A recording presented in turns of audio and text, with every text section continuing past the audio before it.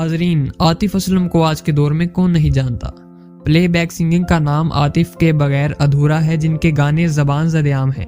लॉलीवुड हो या बॉलीवुड, हर तरफ आतिफ असलम का तोती बोलता है। उनके मशहूर कुन गीत जिनमें तू जाने ना, अब तो आदत सी है, हम किस गली जा रहे हैं, वो लम्हे और दूरी सही जाए ना, तो आपने सुन ही रखे हैं।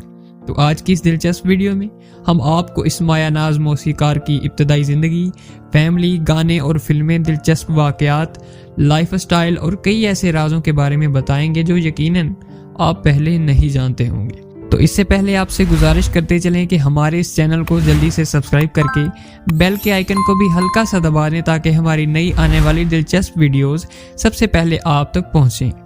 तो नाज़रीन, बात करते हैं आतिफ असलम की। जी हाँ, मोहम्मद आतिफ असलम 12 मार्च 1983 को पाकिस्तानी शहर वजीराबाद में एक मुसलमान पंजाबी फैमिली में पैदा हुए। 1991 तक उन्होंने कैम्ब्रिज हॉल स्कूल लाहौर में तालीम हासिल की।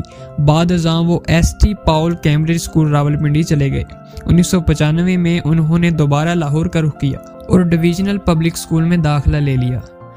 फिजाइया इंटर कॉलेज से इंटरमीडिएट पास करने के बाद 2001 में PGOC में कंप्यूटर साइंस में बैचलर करने का इरादा किया। आतिफ को उस दौर में क्रिकेटर बनने का जुनून था।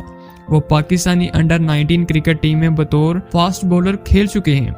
वो शेप्स क्रिकेट क्लब में प्रैक्टिस करते, जहां इमरान खान, जी हाँ, आज के वजीर आजम इमरान खान उनको गाइड करते थे।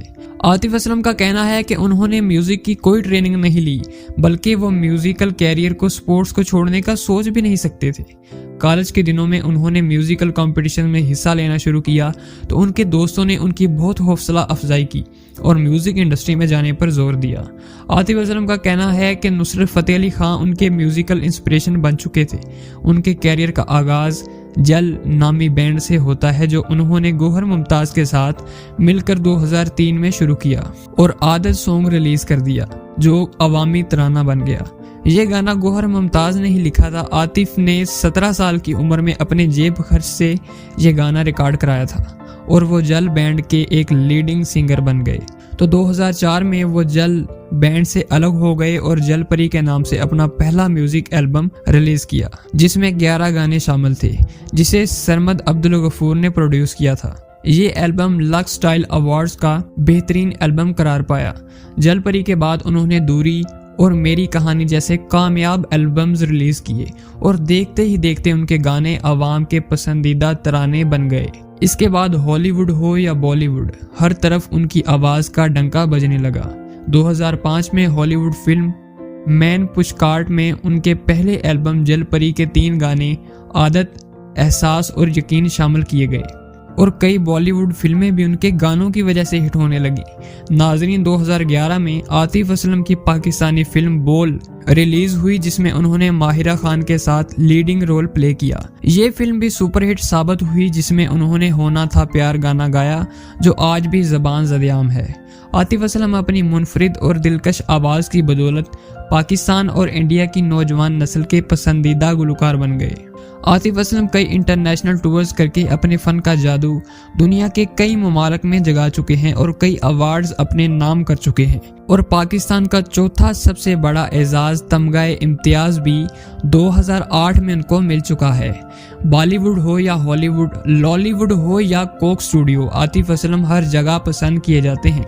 वो पाकिस्तान के लिए कई तराने भी गा चुके हैं। टेलीविज़न पर Atif Aslam as captain of Pakistani team वो एक टैलेंट शो सुर्ख शितरा के लिए दुबई में एज जज भी काम कर चुके हैं और बिल आखिर उनकी टीम के सिंगर नबील शौकत ने यह कॉन्टेस्ट जीत लिया। अप्रैल 2017 में वो 16th लक्स स्टाइल अवार्ड्स को होस्ट करने के बाद कौमी talent show Pepsi battle of the bands में भी बतौर जज काम कर चुके हैं। बेहतरीन गुलकार सज्जाद अली उनके बारे में कह चुके हैं कि भारत के भी बड़े फनकार आतिफ के स्टाइल को कॉपी करने की कोशिश करते हैं। अरिजीत सिंह हिंदुस्तान के मशहूर गुलकारों में से एक हैं। वो भी कई म्यूजिकल गैदरिंग में आतिफ के गाने गुनगुनाते नजर आते हैं। इसके अलावा मशहूर भारतीय प्लेबैक सिंगर जिनमें जिबिन नौटियाल, अरमान मलिक और मीका सिंह भी आतिफ के गीत गाते नजर आते हैं। AR रहमान, विशाल शेखर, मिथुन और अमाल मलिक जैसे कामयाब म्यूजिक डायरेक्टर भी उनकी तारीफ किए बगैर ना रह सके।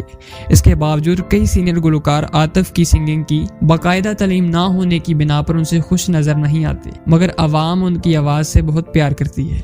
वो अपने मद्दाहों को आदीज के नाम से पुकारते हैं। आतिफ असलम की ज़ाती ज़िंदगी के बारे में बात करें तो उनके वालिद का नाम मोहम्मद असलम और रहमान शाहीन उनकी वालदा हैं। 29 मार्च 2013 को उन्होंने लाहौर में अपने कॉलेज की दोस्त सारा बरवाना से शादी की, जो एक माहिर तालीम है। उनका पहला बेटा अहद आतिफ असलम 2014 में पैदा हुआ। दिसंबर 2019 में वो एक बार फिर से बाप बन गए। आतिफ के 3 भाई शहबाज असलम, शहजाद असलम, शिराज असलम और एक बहन रोमाना असलम हैं। आतिफ असलम की एज 37 ईयर है। उनकी इनकम की अगर हम बात करें तो वह मंथली तकरीबन 1 करोड़ से ज़्यादा कमा लेते हैं। इसके अलावा वो एडवर्टीजमेंट और कॉन्सर्ट से भी कमाते हैं और उनकी नेट वर्थ तकरीबन $22 मिलियन है, जो बढ़ती ही जा रही है। उनका घर लाहौर में है। आतिफ असलम आजकल अपने कई अपकमिंग प्रोजेक्ट्स और सॉन्ग्स पर काम कर रहे हैं, जिनमें मुंबई सागा फिल्म का एक गाना भी शामिल है। नाजरीन, आपको उनका कौन सा गीत सबसे ज़्यादा पसंद है? कमेंट्स में अपनी राय का इजहार करना मत भूलिएगा। और इसी तरह की मज़ीद वीडियोस के लिए चैनल को जल्दी से सब्सक्राइब करके बेल नोटिफिकेशन ऑन कर लें। मिलते हैं एक नई वीडियो के साथ, एक नई उमंग के साथ। अल्लाह हाफिज़।